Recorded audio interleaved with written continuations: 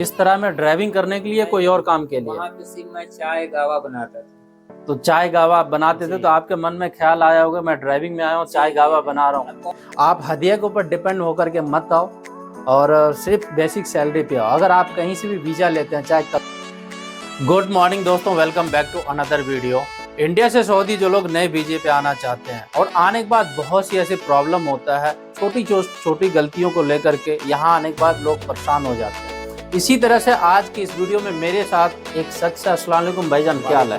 क्या नाम है भाईजान आपका?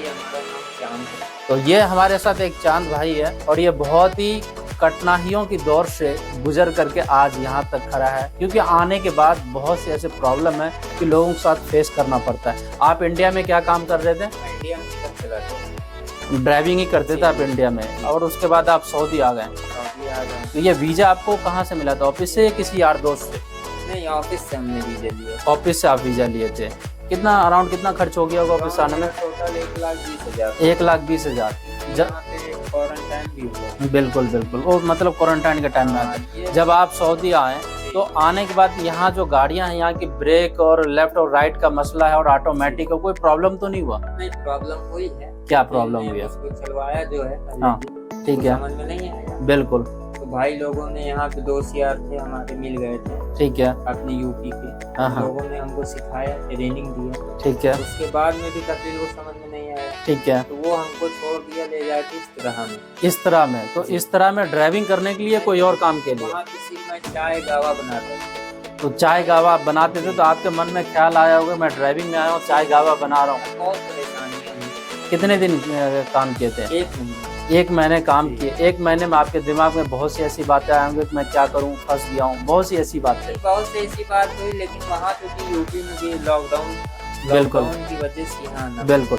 जब आप यहाँ पे आ गए, इस तरह में आप चाय गावा बना रहे थे, उसके बाद फिर गाड़ी का कैसा मसला रहा जो आप दोबारा ड्राइविंग में? गाड़ी का फिर जो है मसला, हमने ऑफिस से बात किया, ठीक है, 1 महीने करके। बिल्कुल भाई ये काम कब तक करेंगे? बिल्कुल। तो उसमें फिर इनसे बात किया करते, उसने गारंटी लिया कि नहीं चला पाएगा तो मैं जिम्मेदार हूँ। सही बात है। फिर इसने मुझको यहाँ पे बुला लिया। सुनिए, एक बार होल्ड करके, अगर यही वीजा आप लोग किसी यार दोस्त से लेते ना तो आप इस तरह में चाय गावा ही बनाते रह जाते। ये तो अगर यही वीजा ऑफिस का था, इसे जो भी प्रॉब्लम हुआ ऑफिस वाले को बोला और ऑफिस वाले ने इसके ऊपर एक्शन लिया। ऑफिस से और किसी का हाथ का वीजा में बहुत ज्यादा डिफरेंस होता है। ऑफिस से वीजा लेने पे क्या होता है कि एग्रीमेंट होता है। अगर कोई भी बंदा यहाँ पे काम के लिए आता है, कफिल या कंपनी को उसे पसंद नहीं आता है तो 90 दिन की गारंटी ऑफिस वाला लेता है। 90 दिन के अंदर अंदर एक्सचेंज कर देता है। एक्सचेंज ऐसे करता है कि अगर उसको लगता है कि आप में फॉल्ट है तो वो आपको ऑफिस में जमा करेगा, ऑफिस वाला कहीं और भेजेगा, इसे कोई और दे देगा। यही वीजा किसी के हाथ का हो ना तो कहेगा 5,000 रियाल दो, 10,000 रियाल दो, फिर वापस भेजूंगा, नहीं तो आपको फाइनल लगा के भी भेज देगा, तो लॉस आपका हो जाएगा। आप बंदे 1,20,000 लगा कर आए, किसी के हाथ का वीजा होता तो बहुत ज्यादा प्रॉब्लम। दोबारा आप यहाँ पे इन्होंने बुला लिया, तो बुलाने के बाद फिर गाड़ी चलवाएं। जी, अब गाड़ी चला तो आप गाड़ी चला रहे हो, अल्हम्दुलिल्लाह, कोई प्रॉब्लम नहीं है। और सबसे बड़ी बात एक चीज और है कि जो लोग सऊदी में नए आते हैं ना, उसका कफिल या कंपनी उसे जानबूझ के परेशान करता है 90 दिन तक, क्योंकि उसका एक इम्तिहान होता है कि अगर वो 90 दिन पास कर लिया तो उसके बाद समझ लो उसके लिए 2 साल कोई ज्यादा बड़ी बात नहीं है। और आप लोग जब सऊदी में आते हो ना, आपका कहना होता है कि आज 10 दिन हो गए या 2 महीने हो गए, मुझे अपने देश जाना है, बगैर कफिल कंपनी के कैसे जाऊं?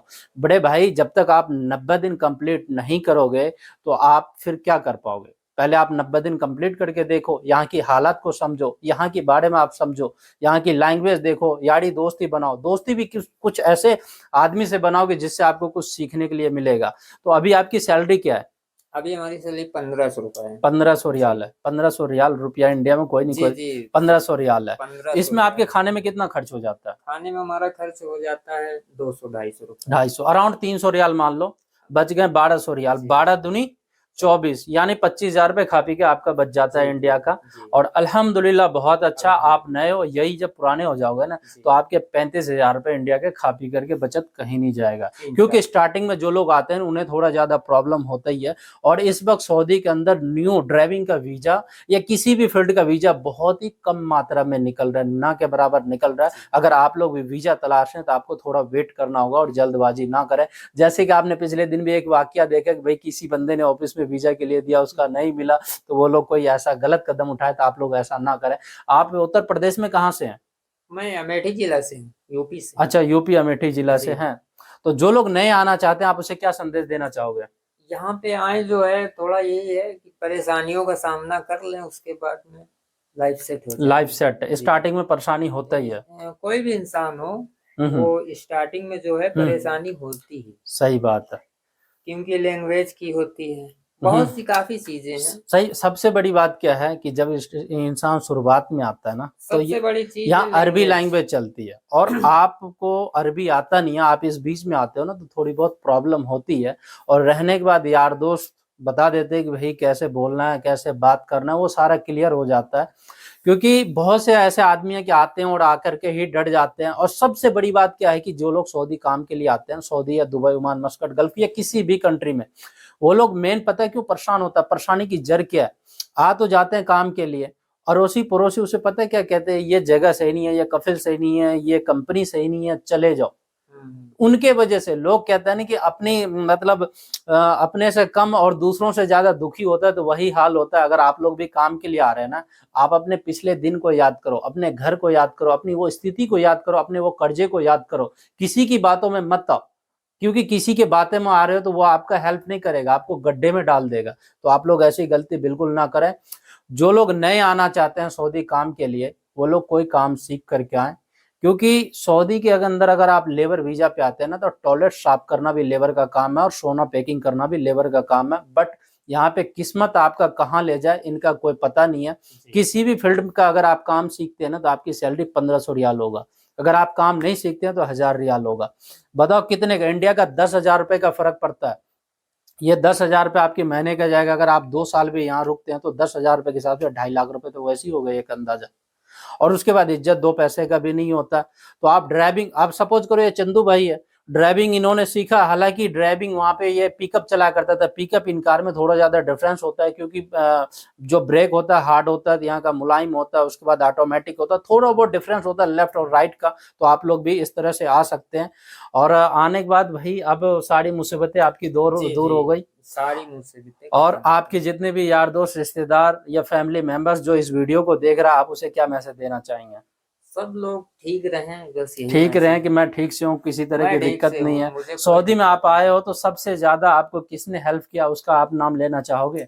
जी, हम नाम लेना क्या नाम चाहेंगे। है उनका? उनका नाम है अल्ताफ, मोहम्मद अल्ताफ। तो वो भी उत्तर प्रदेश से ही है? जी जी, वो बाराबंकी से है। तो चलिए, अल्ताफ भाई का बहुत बहुत शुक्रिया। अगर वो इस वीडियो को देख रहे हैं तो कम से कम भाई का इतना हेल्प किया और इतना सपोर्ट किया।